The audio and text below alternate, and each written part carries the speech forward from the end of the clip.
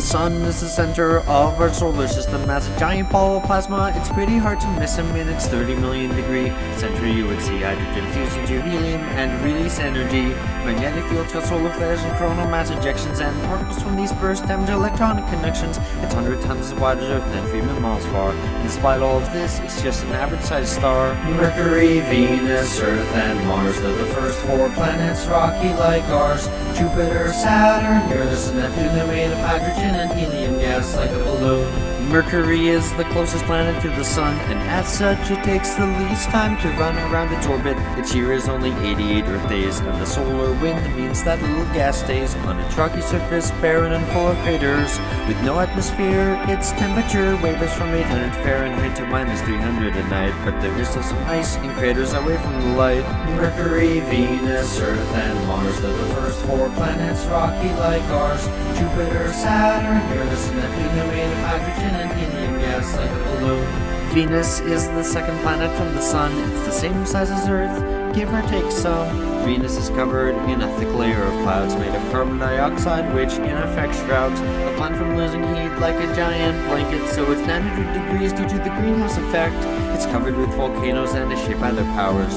The only probes that ever landed died within 2 hours. Mercury, Venus, Earth, and Mars, they're the first 4 planets, rocky like ours. Jupiter, Saturn, Uranus, and Neptune, they're made of hydrogen and helium gas like a balloon. The Earth is the 3rd planet from the sun. I got a feeling you're familiar with this one. It's the only planet known to have had life in its history, though just how life started is still a bit of a mystery. 4 billion years ago, 2 protoplanets collided, and our moon was formed when collision debris united Earth in the Goldilocks zone, not too hot nor too cold for liquid water to exist and life as we know it to take hold. Mercury, Venus, Earth, and Mars, they're the first 4 planets, rocky like ours. Jupiter, Saturn, Uranus, and Neptune, they're made of hydrogen and helium gas like a balloon. Mars is the 4th planet from the sun, and it's the place where our voyage to other planets has begun. The surface is covered with red iron oxide, much of the atmosphere is blown away with no magnetic field inside.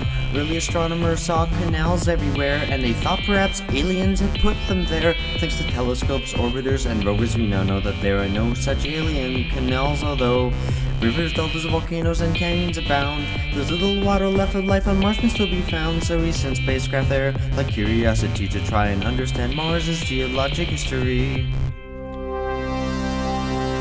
Between the inner planets and outer planets, there are billions of asteroids orbiting in a belt around our stars. Sometimes they are knocked out of their stable orbit, and a few might collide with Earth if they don't avoid it. Why the belt? Well, it has to do with Jupiter, you see. It pulls on the belt with its massive gravity, preventing asteroids from forming into another planet. But don't worry, a big one can't hit Earth soon, or can it?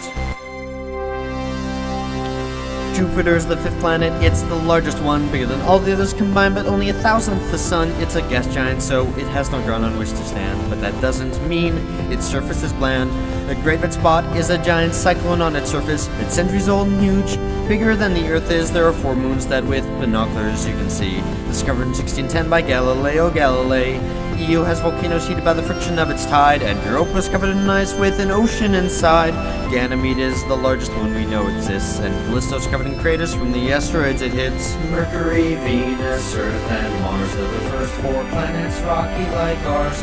Jupiter, Saturn, Uranus, and Neptune, they're made of hydrogen and helium gas like a balloon. Saturn is the 6th planet from the sun. In terms of beauty, I'd say its rings have clearly won. They're made of bits of ice and rock orbiting through the void, and they may have been formed when a moon was destroyed. Saturn is the least dense of any planet known, and the most of its centrifugal force is really shown. Titan has methane lakes and a thick orange haze, and Enceladus has water in liquid phase. Mercury, Venus, Earth, and Mars, they're the first 4 planets, rocky like ours. Jupiter, Saturn, Uranus, and Neptune, they're made of hydrogen and helium gas like a balloon. Uranus is the 7th planet from the sun, and dirty jokes about its name are deserving of shun. Not much is known about Uranus or its brother Neptune, because Voyager 2 is the only craft to ever go to them. Uranus has rings, though not as great as Saturn's, and it's usually devoid of any interesting patterns. There's not much more about this place which I can say, but hopefully we'll send a new spacecraft there someday. Mercury, Venus, Earth, and Mars, they're the first 4 planets, rocky like ours. Jupiter, Saturn, Uranus, and Neptune, they're made of hydrogen and helium gas like a balloon. Neptune is the 8th and final planet from our star. The sun's 0.1% is bright because it is so far. It's similar to Uranus in mass, size, and composition, and Uranus's orbit predicted its position. You may have noticed Neptune is a bright blue. The methane in its atmosphere gives Neptune its hue. It's the windiest with 1,000-mile-per-hour gusts, and Triton is liquid nitrogen spewing from its crust. Mercury, Venus, Earth, and Mars are the first 4 planets, rocky like ours. Jupiter, Saturn, Uranus, and Neptune are made of hydrogen and helium gas like a balloon. The 9th planet was Pluto, but it's a planet no more because it's too small. It's a dwarf planet, but this topic sore. The planets orbit close to a plane, but Pluto does not, and more dwarf planets were found. That's what got this topic hot. Pluto's big moon Charon is Pluto's little brother, so big that Pluto and Charon orbit one another. Beyond the Kuiper belt is the Oort cloud, and that's where debris from our star's formation can be found.